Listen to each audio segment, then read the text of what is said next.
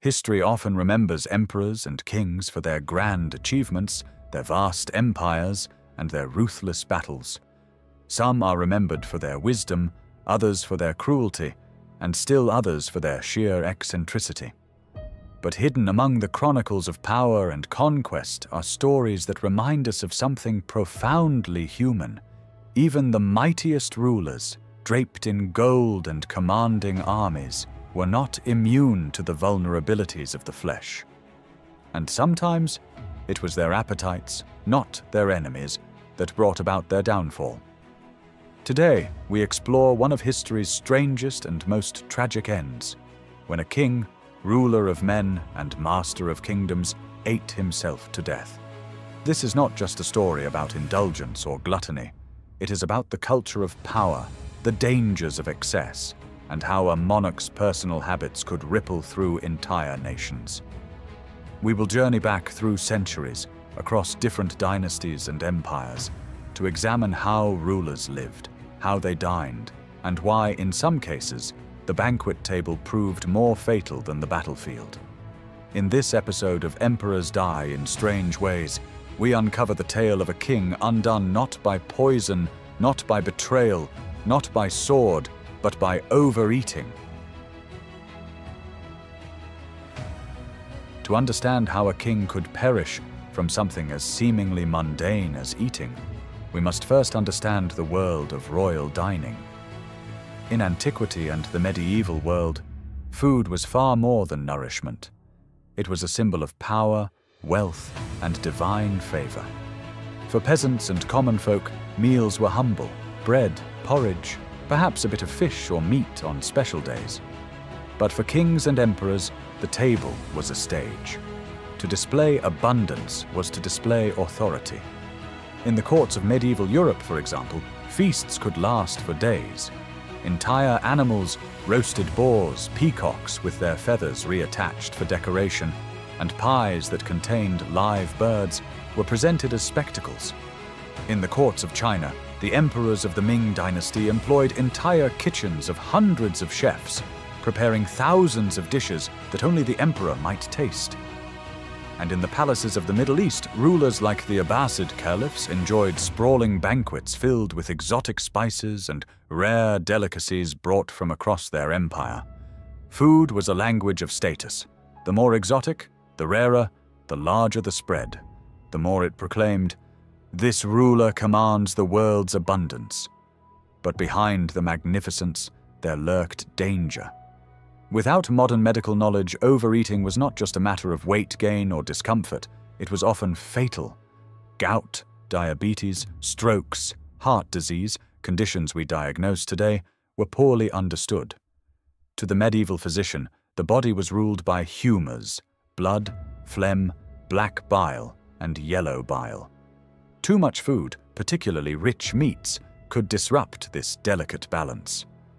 Overindulgence was thought to cause surfeit, a term often used in chronicles to describe deaths from excess.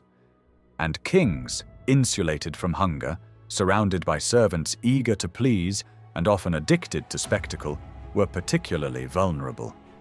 One of the most infamous examples of death by overeating comes from the British Isles, the case of King Henry I of England, who in the year 1135 met his end not in battle, not by assassination, but at the dinner table. His death would plunge England into chaos, a civil war that came to be known as the Anarchy. But Henry was not alone in history. There were others.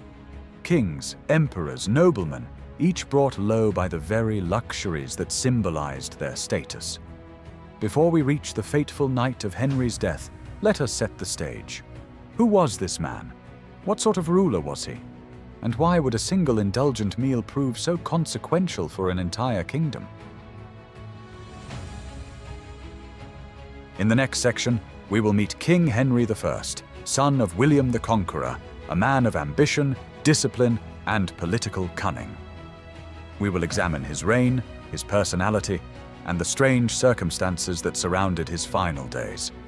Because to truly grasp the bizarre nature of his death, we must first understand the weight of his life. To understand this tale of a king undone by indulgence, we must first know the man himself, Henry I of England. Born in 1068, Henry was the youngest son of William the Conqueror, the Norman duke who crossed the Channel in 1066 and forever changed the destiny of England. Unlike his older brothers Robert Curthose and William Rufus, Henry was not expected to inherit much. As the youngest, he was often overlooked, yet this very position gave him something his brothers lacked: caution, patience, and ambition sharpened by necessity. Henry earned the nickname Beauclerc, or fine scholar, for his education. He was unusually literate for a king of his era, trained not just in the arts of war, but also in the intricacies of law, governance, and administration. And when the opportunity came, he seized the throne with ruthless decisiveness. In 1100, after the sudden death of his brother William II in a mysterious hunting accident, Henry moved swiftly to secure the crown of England.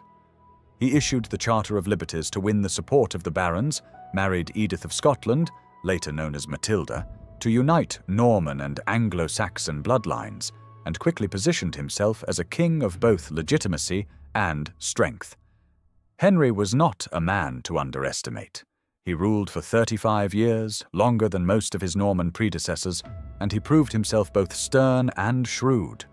Chroniclers described him as disciplined, cautious, and relentlessly focused on consolidating royal power. But beneath this controlled exterior lay appetites, both for authority and, as we shall see, for the pleasures of the table.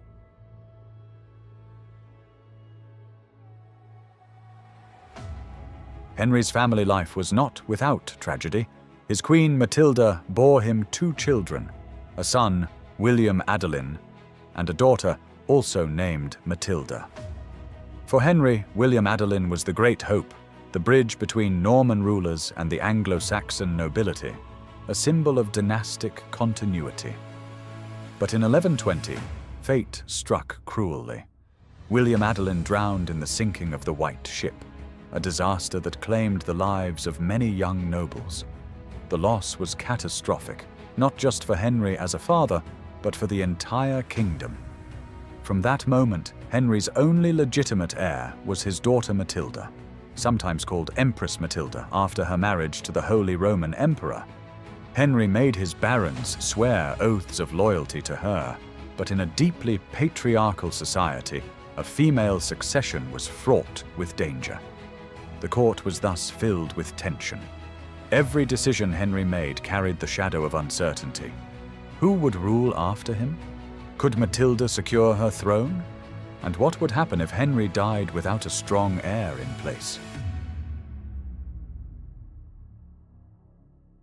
Henry's reign was not just about family. It was about control. His court was a place of both brilliance and fear. He surrounded himself with capable administrators, men like Roger of Salisbury, who helped him craft a system of governance that laid the foundations of the English exchequer. Yet the nobility was restless. Many of the Norman barons still harbored loyalties to his older brother Robert, Duke of Normandy, who had been defeated and imprisoned by Henry after years of rivalry. Others were simply ambitious, watching for any weakness that might open a path to power. Feasting and ceremony played an essential role in this environment. Banquets were not merely meals. They were political theater. Who sat where? Who was served first? What foods were presented? All carried meaning. To indulge was to display abundance, but to refuse was to risk seeming weak or ungrateful. And Henry, though stern, was no ascetic. Chroniclers suggest he enjoyed the pleasures of food and wine, though not to the extreme of some monarchs. Still, he was a man of his age, and royal dining always carried with it the risk of excess.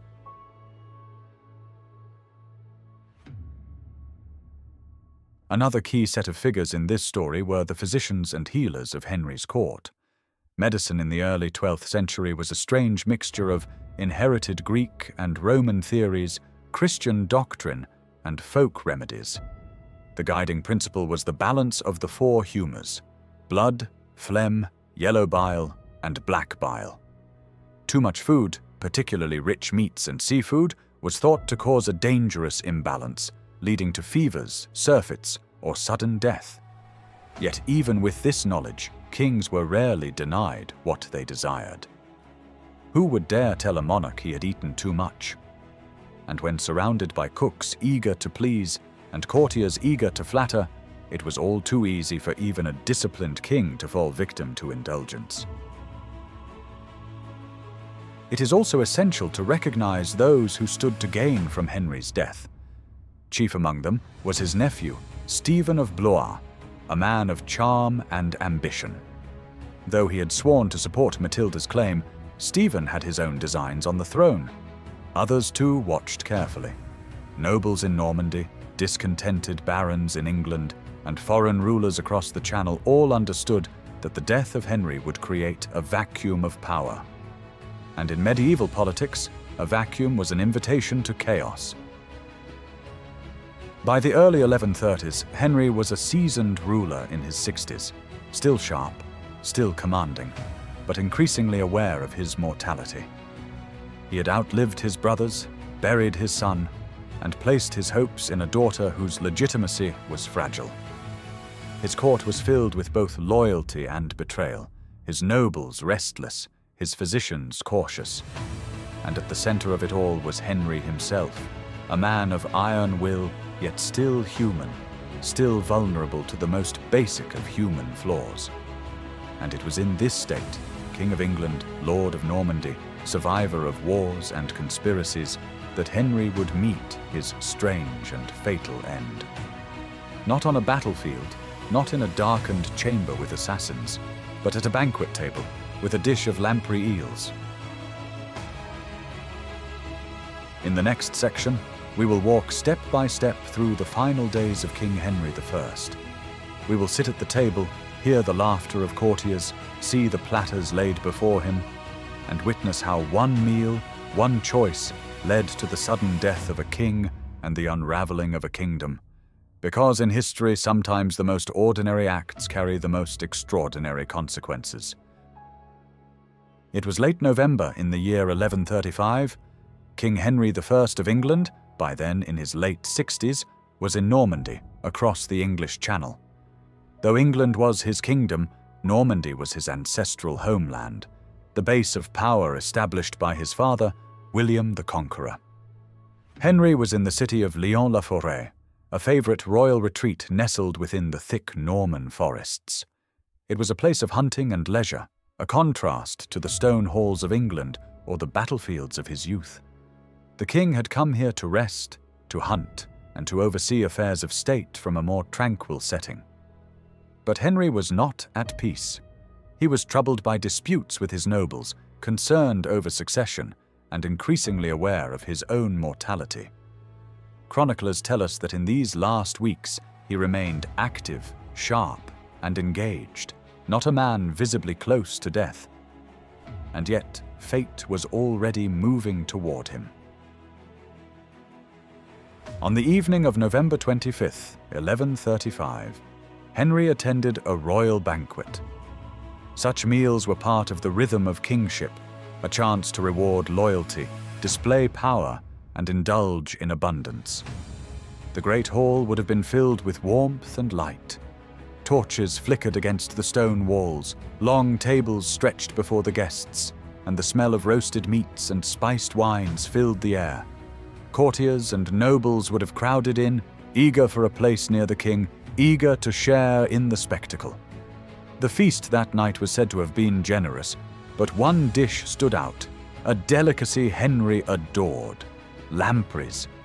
Lampreys are jawless, eel-like fish, slippery and strange, a food considered a rare luxury in medieval Europe.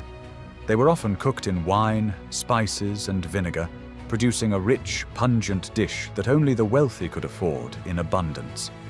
Henry was known to be particularly fond of lampreys. In fact, his physicians had repeatedly warned him against eating too many. But kings, especially those nearing the end of their reign, do not always heed warnings. That night, Henry indulged. Accounts vary in their detail, but most chroniclers agree. He consumed a large portion of lampreys, far more than was wise, against the advice of his doctors. One chronicler, Henry of Huntingdon, records it bluntly. Henry, the king of the English, died at Lyons-la-Forêt from eating too many lampreys, which always disagreed with him. Imagine the scene. The king, surrounded by nobles, insisting on more of his favorite dish. Servants hurrying back and forth with steaming platters. Physicians at the edges of the hall, shifting nervously, knowing their warnings had gone unheeded. And Henry himself, savoring each bite of the delicacy that would soon destroy him. At first, nothing seemed amiss. The feast carried on with laughter, with songs, with the rituals of courtly dining. But later that night, Henry fell ill. The symptoms came quickly. He was struck with violent stomach pains, nausea, and exhaustion. To medieval physicians, this was a clear case of surfeit, a fatal imbalance brought on by excessive consumption. Today, modern scholars speculate it may have been food poisoning, indigestion complicated by age, or even a gallbladder attack triggered by the richness of the meal. Whatever the cause, it was sudden and devastating. Henry was taken to his chambers. Servants and physicians rushed to his side, but little could be done. Medieval medicine had no cure for such an affliction. Remedies might include bloodletting, herbal concoctions, or prayers, but none could halt the king's decline. Over the next several days, his condition worsened. The once mighty monarch, who had ruled for 35 years with iron discipline, lay helpless, racked with pain, unable to recover.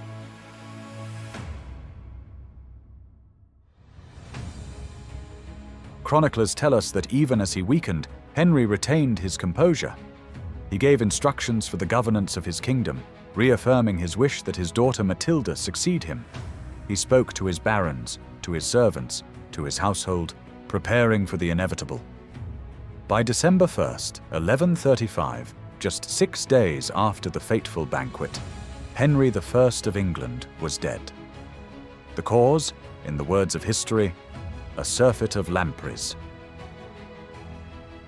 The news spread quickly.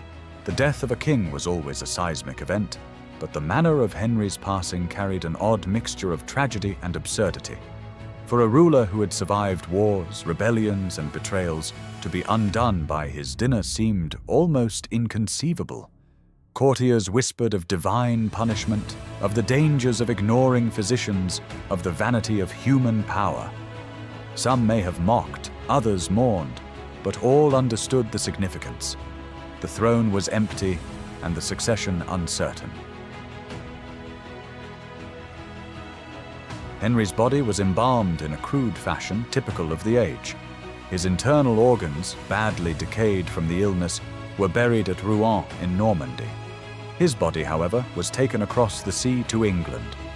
The journey was long and grim, and by the time the corpse arrived, it was in a dreadful state.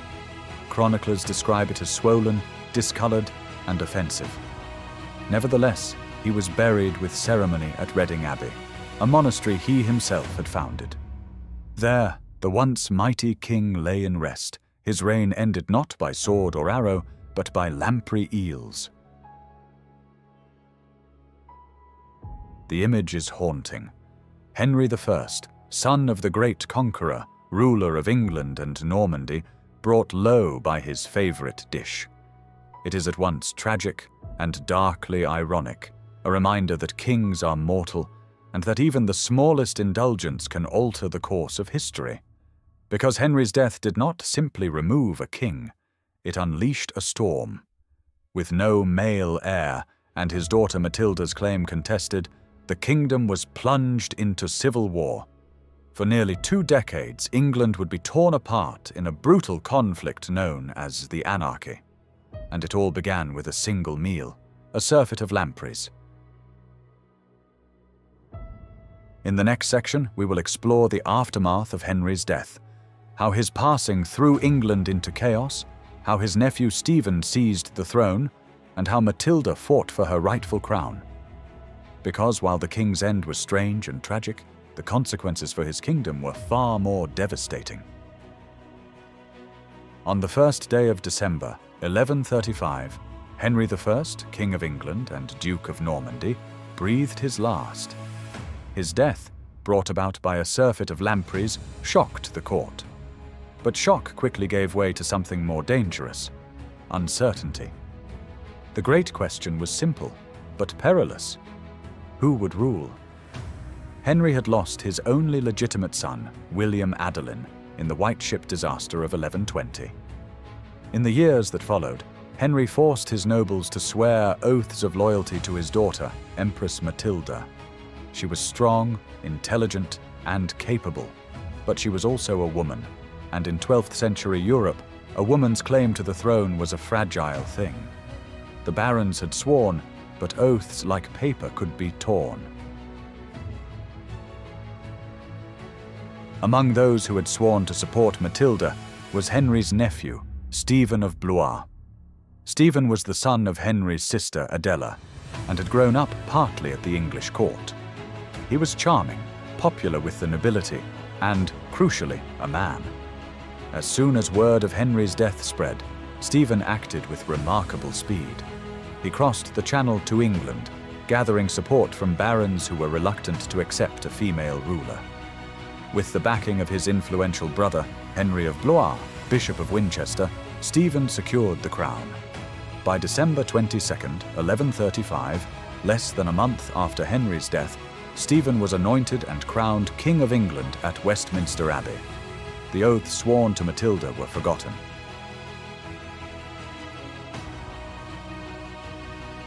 But Matilda was not one to step aside quietly.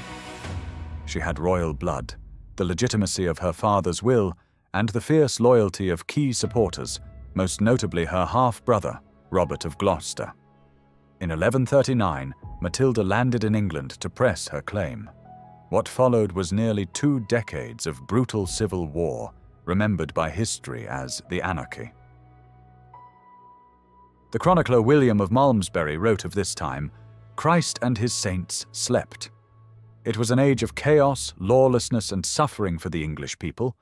Barons built unauthorized castles, private armies clashed across the countryside, and ordinary peasants bore the weight of endless raids, taxes, and violence. Neither Stephen nor Matilda could fully secure the crown. Stephen was anointed, yes, but his authority was challenged at every turn. Matilda gained victories, even capturing Stephen at the Battle of Lincoln in 1141, but her own haughty demeanor and unwillingness to compromise alienated key allies. The result was a stalemate, a grinding conflict in which towns were besieged, castles rose and fell, and the kingdom suffered deeply. For nearly 2 decades, England had no clear ruler. Some barons supported Stephen, others Matilda, and many simply looked after their own interests. Justice was scarce. Roads became unsafe. Trade faltered. It is said that during this time, peasants were forced to dig trenches, carry supplies, or feed soldiers, no matter which side they claimed loyalty to. If they resisted, they were tortured or killed.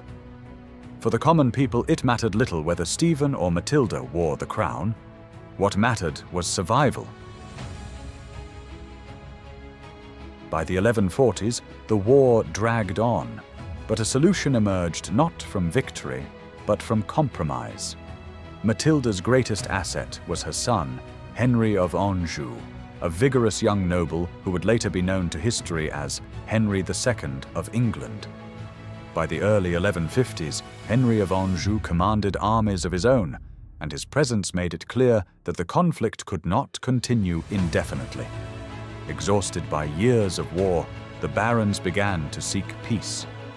In 1153, Stephen and Henry of Anjou reached an agreement. Stephen would remain king for the rest of his life. But upon his death, the crown would pass not to his own son, but to Henry. This pact, known as the Treaty of Wallingford, ended nearly 2 decades of turmoil. When Stephen died in 1154, Henry of Anjou ascended the throne as Henry II, founding the powerful Plantagenet dynasty.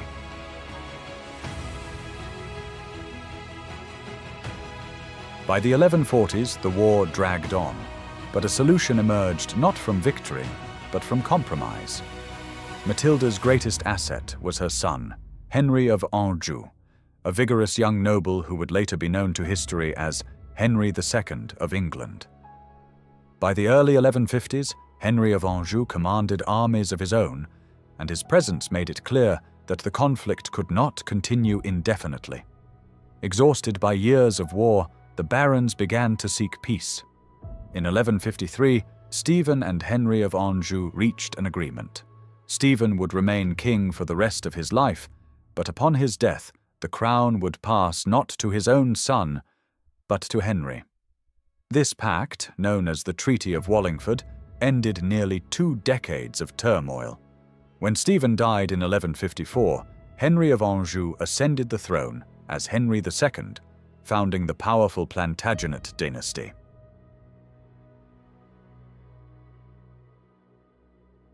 The chroniclers of the age saw Henry's death as a cautionary tale. To them, it was divine judgment, a king who ignored moderation, punished for his excess. In the moral universe of the Middle Ages, such stories carried weight. They were warnings, reminders that no man, however powerful, could escape the natural limits of the body. But modern historians see more than morality. They see the fragility of succession, the dangers of dynastic uncertainty, and the way personal habits of rulers could reshape the fate of nations. Henry's Surfeit of Lampreys was not just a king's private indulgence, it was the spark that lit the fire of the anarchy. In the next section, we will turn from the immediate chaos to the larger significance. Why does this strange death matter? What does it reveal about the nature of kingship, the symbolism of food, and the vulnerability of rulers?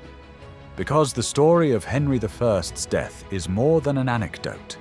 It is a mirror reflecting the deep truths of medieval power, and a reminder that even the mightiest monarchs could fall victim to the simplest of human failings. The death of Henry I in 1135 is often remembered with a touch of dark humor. A king who had ruled for 3.5 decades, who survived wars, rebellions, and conspiracies, undone not by blade or poison, but by a plate of lampreys. It seems almost absurd, as if fate itself were mocking him. But behind the absurdity lies deep significance. Henry's death was not a minor curiosity. It altered the course of English history. It exposed the fragility of dynasties. And it revealed the intimate connection between food, power, and mortality in the medieval imagination. To begin, we must return to the meaning of food in royal life. In the Middle Ages, the feast was not simply about nourishment, it was about display, the performance of abundance, the theatrical assertion of power. When a king dined, the court watched.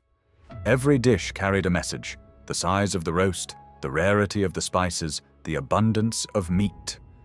To present lampreys, a fish so rare and unusual that only the wealthy could afford it, was to demonstrate dominion over both nature and trade. For Henry, indulging in lampreys was more than satisfying a craving. It was an act of kingship, a display of refinement, a way of showing that he was no ordinary man, but a ruler who commanded luxuries beyond the reach of his subjects. Yet therein lies the irony. The very symbol of his power became the instrument of his downfall. The lamprey, once a badge of wealth, became a grim reminder that kings, too, were flesh and blood.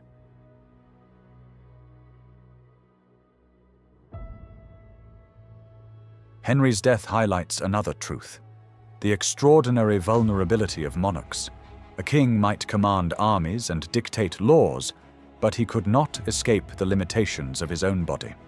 Illness, accident, indulgence, these were as dangerous to a king as any assassin. In the medieval world, sudden deaths were common. A meal spoiled by poor preservation, a misjudged quantity of food, a hereditary weakness, all could strike swiftly. For Henry, the lamprey dish was not just dangerous because of excess. It was dangerous because medicine could do nothing to save him once he fell ill. This vulnerability carried enormous political weight. A single unexpected death could destabilize kingdoms, ignite civil wars, and change the fates of nations. Henry's Lampreys remind us that history often turns not only on battles and treaties, but on the frailties of the human body.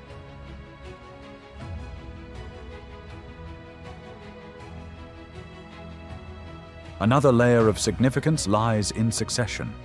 Henry's death without a male heir brought the issue of gender and power into sharp focus.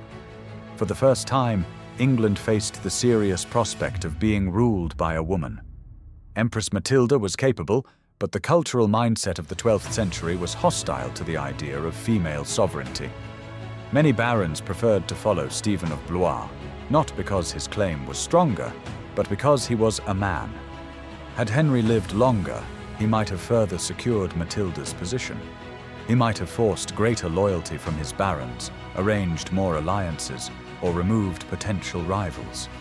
His sudden death left the issue unresolved, and the kingdom suffered for it.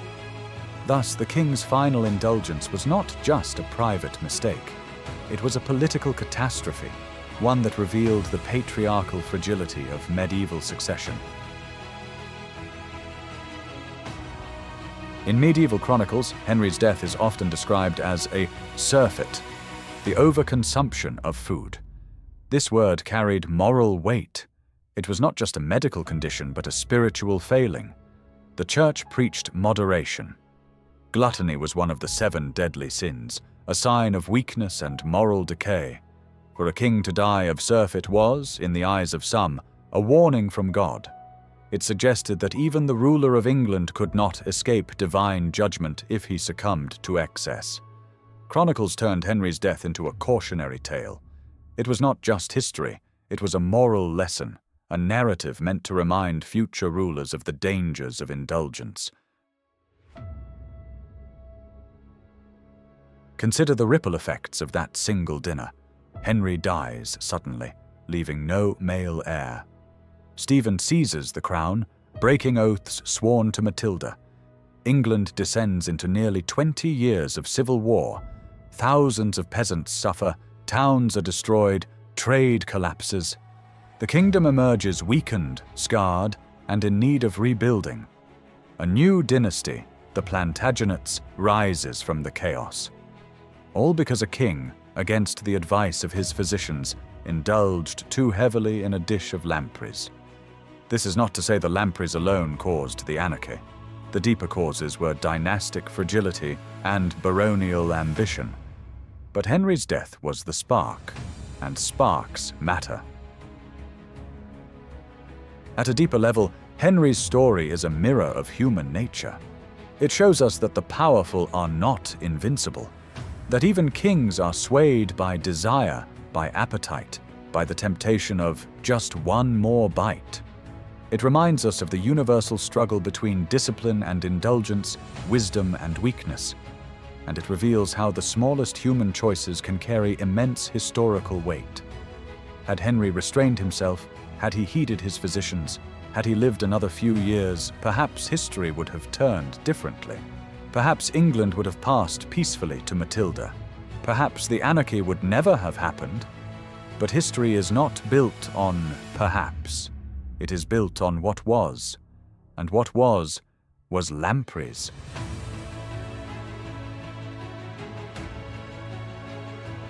Henry's story is not unique. Across the ages, food has played strange and fateful roles in the deaths of rulers.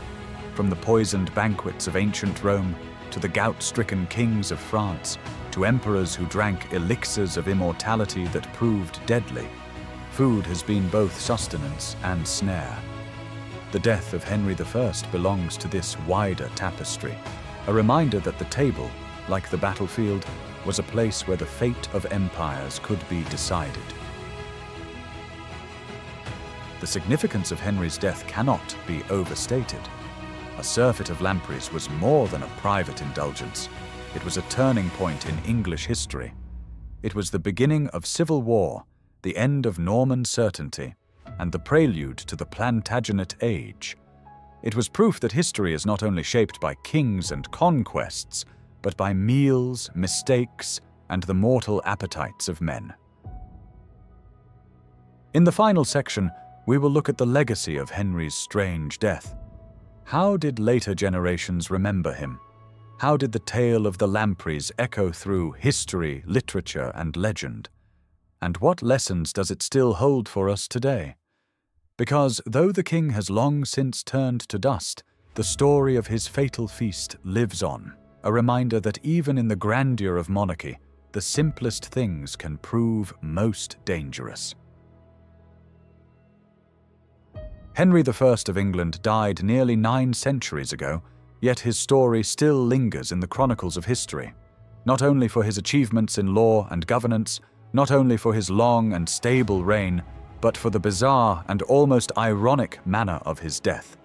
Unlike William the Conqueror, remembered for his victory at Hastings, or Richard the Lionheart, remembered for crusading glory, Henry I is most often recalled with a phrase that borders on the absurd. He died of a surfeit of Lampreys. It is a strange legacy for a man who once ruled with such stern authority, but history has a way of condensing lives into single images, and for Henry, that image is a plate of slippery, eel-like fish, a final indulgence that changed a kingdom's fate.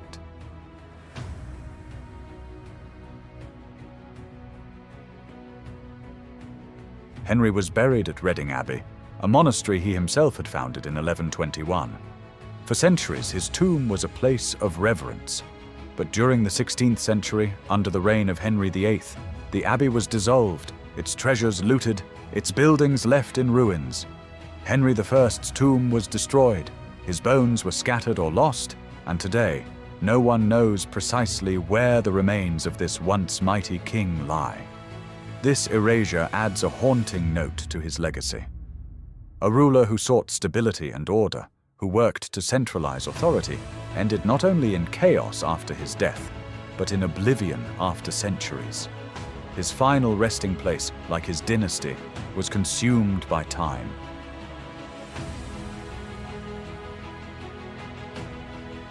Yet the story of his death endured.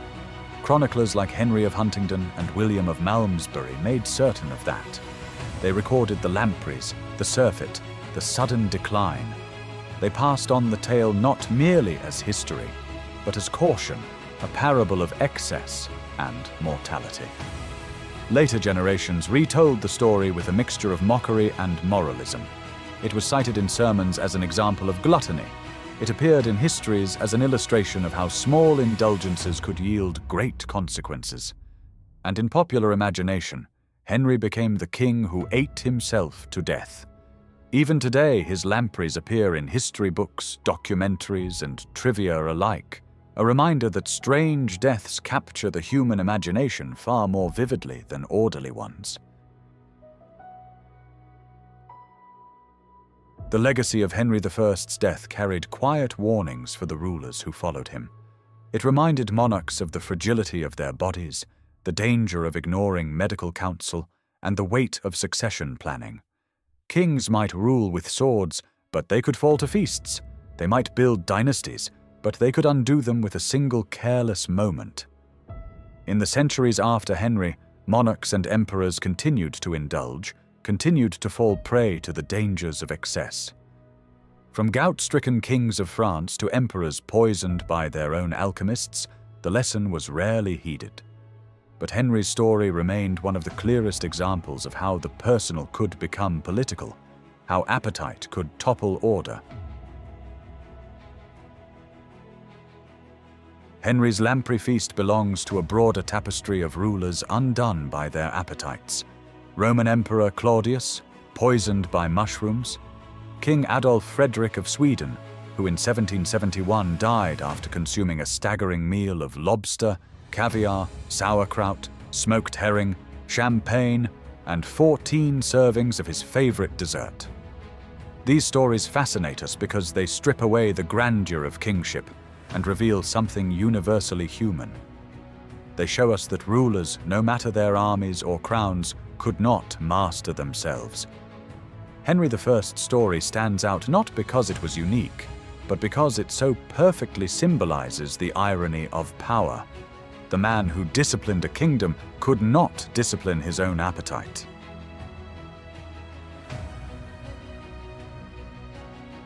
When we think of kings, we often think of majesty, coronations, battles, castles rising against the sky. But history is not only written in triumphs, it is also written in vulnerabilities, in the quiet and ordinary moments that take extraordinary turns. Henry did not fall to an assassin's blade or a rival's army.